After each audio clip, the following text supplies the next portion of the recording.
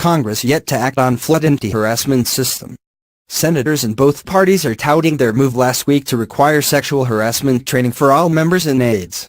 What they don't mention is that many Senate offices already required training or were moving toward it, and that their vote did nothing to reform a system for handling complaints that critics say deters victims from coming forward. Now, some lawmakers are fighting to ensure that the Senate's unanimous approval of mandatory training don't make further reforms harder by offering political cover to members who would prefer to move on. Bipartisan talks on an overhaul of the capital S harassment policy, which critics in and out of Congress say is stacked against victims, remain in their early stages. It's a really important conversation that the country is having about harassment, said Senator Kirsten Gillibrand, D-N.Y., who waged underdog battles for GOP support to beef up sexual assault protections in the military and on campus. But I also believe it as the tip of the iceberg, she said in an interview. There's not a clear recognition about how pervasive this is in society. Gillibrand and a handful of other senators are vowing to make the harassment training requirement, which the House has yet to approve, the first step toward rooting out workplace misconduct in Congress. And they're well aware that the issue is sensitive for an institution that reflexively protects its own. Current rules require victims to submit to mediation and counseling before filing a complaint, a process that can stretch on for months while they remain at work with the alleged perpetrator of harassing behavior. Gillibrand is working on her own proposal set for release this week, with Representative Jackie Speier, D. California, taking the lead in the House, to streamline what harassment victims say is a stressful and difficult system for handling complaints on the Hill. She is not alone.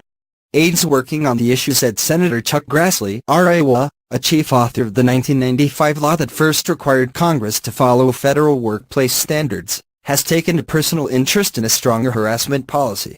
An aide said Grassley is also examining broader changes to the system for handling harassment complaints. And Minnesota Senator Amy Klobuchar, who shepherded the mandatory harassment training plan to its quick passage last week, is keeping the issue going through her post as top Democrat on the Rules Committee. The Senate should continue to examine how harassment claims are handled to ensure we support victims in our effort to make clear that harassment of any kind is not and will not be tolerated in the Senate, Klobuchar said in a statement to Politico. This was simply a first step.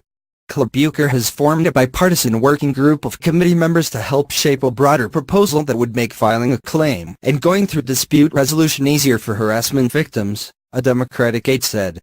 The sexual assault allegations that have rocked Roy Moore's Senate bid appear to have helped speed the measure requiring training for aides and senators through the upper chamber. And now some aides privately hope that the Alabama scandal can keep lending momentum to shift the Hill's harassment policy. The House will begin its own debate on updated workplace misconduct rules at an administration committee hearing on Tuesday, with Speier set to testify alongside Representative Bradley Byrne, RILA, a former employment attorney. Speier plans to use her testimony to describe mandatory training as the easiest step for lawmakers to take and to reiterate that reform to the complaint process is what is really going to change things.